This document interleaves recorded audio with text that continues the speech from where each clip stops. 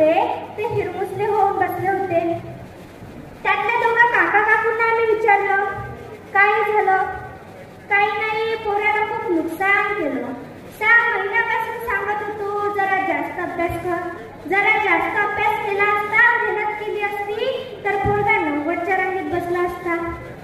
आम्ही विचारलं, किती पडले?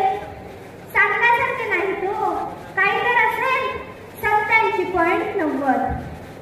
आता त्या मुलाला 87.90% मार्क्स मिळाले याचा आनंद पालकांना नाही, पण त्याला 90% मिळू शकले नाही याचं दुःख मात्र आहे.